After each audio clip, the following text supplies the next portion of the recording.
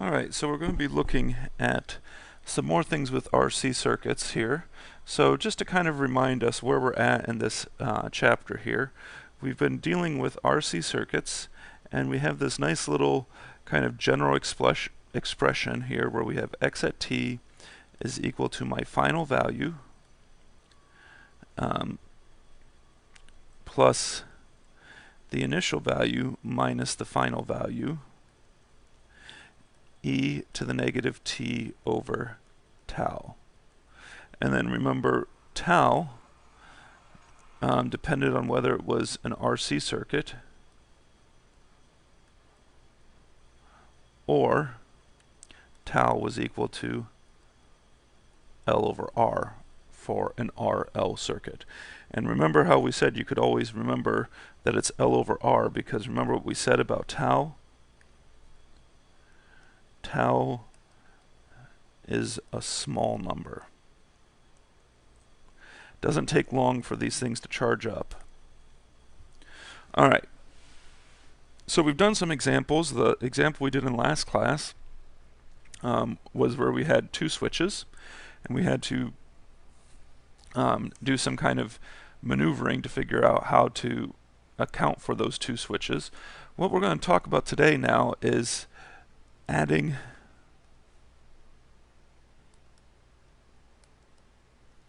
capacitors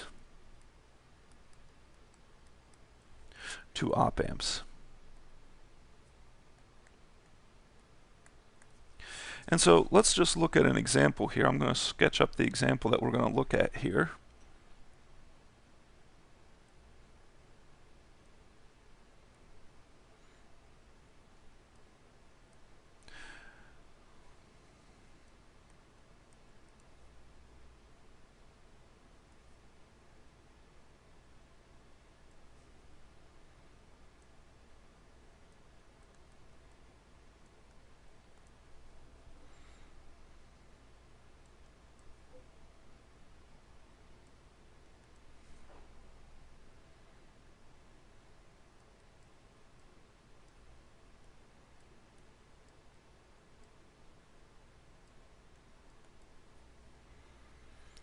And I'm not going to bother putting the power supplies on here, but this is obviously powered up as well. This op amp has to be powered.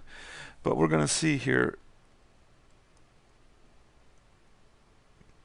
what happens to my V out here. So, and again, we're going to measure this plus minus with respect to ground. Now, at first glance, we should say, hey, this looks like a non-inverting op amp, because it kind of is in some sense. It looks like it's a non-inverting, not a non-inverting, it looks like it's an inverting op amp, because it kind of does. I mean, if this capacitor was replaced with a resistor instead, we would have a simple inverting op amp. And we would know exactly what to do. There's an easy gain equation for it, no problem. But now we don't have that. So we have to just basically go back and do circuit analysis to see what's going on in this circuit.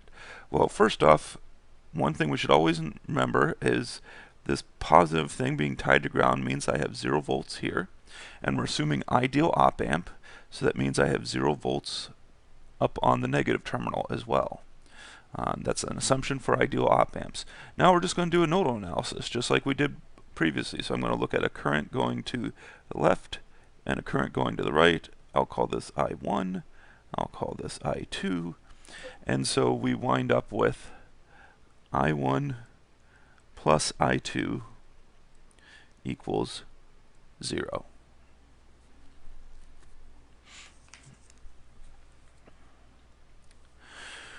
Okay, so I1 is easy for us to get. That's not a problem. That's just 0 minus Vs over Ri. But then I have plus I2. So this one I have to think about for a second, because I can't say, oh, it's 0 minus V out over the capacitor, because that doesn't work. We have to think about the capacitor current and voltage relationships, and recall that the current through a capacitor is equal to the capacitance times the derivative of the voltage across it. So I'm writing this off to the side here. Now let's be careful here, because this is the derivative of the voltage across the capacitor. So it's not the derivative of 0. This is the derivative with respect to t. IC would equal derivative with respect to t. The voltage across the capacitor would be 0 minus V out. So what we wind up with here is that we have negative Vs over Ri plus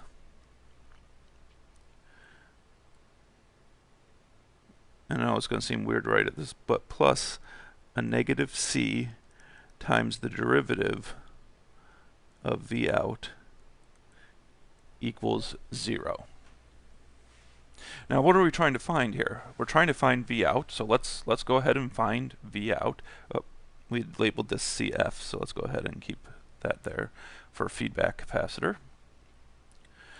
So we could rewrite this by saying CF times the derivative of the voltage, the output voltage, is equal to Vs over Ri.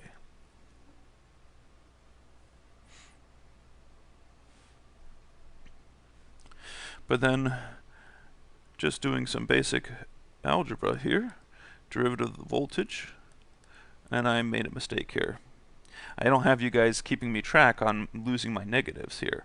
I moved this to the other side, but I still have a negative here, so I still have a negative Vs there. I need you guys here to keep track of all of my negative mistakes.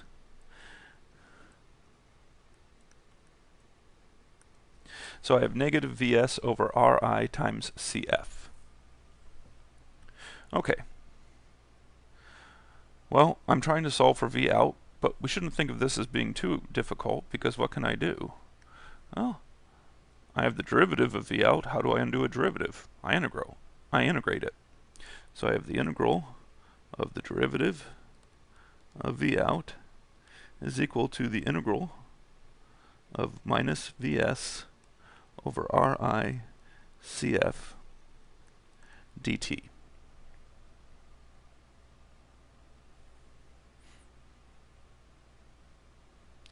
So what does that mean here? Well, if I integrate a derivative, I get V out is equal to, I'll just pull the negative out in front of the integral. Actually, I'll do a little bit more here. Let me erase that integral here. I'll do negative 1 over Ri Cf, because those are just constants. Integral of negative Vs dt. So I'm going to scroll back up here to the circuit. Based off of my output here, we give this circuit a name. We call this an integrator. And we shouldn't be so surprised that we're calling this an integrator, because what is the output? It's the integral of the input. Yeah, I know there's this factor here that I'm multiplying by here. There's this 1 over Ri Cf here that is coming into play, but ultimately it's just an integral of the input voltage. That's pretty slick. So in other words, we can do calculus now with circuits. And, kind of silly. I mean, we're not really going to sit there and build circuits to do integrals and derivatives for us, because we don't want to do them by hand. But there are plenty of applications, especially in controls, where you want to have an integral of a signal or a derivative of a signal. And now we know how we can do an integral of a signal or a derivative of a signal. We have a circuit that we can build that will integrate a signal.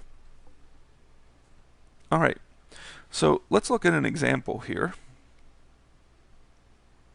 Actually, I'm going to go ahead and stop this video here, because the example is going to take me more than 5 minutes, and I don't like making my videos more than about 15 minutes. So the next video is going to be the example.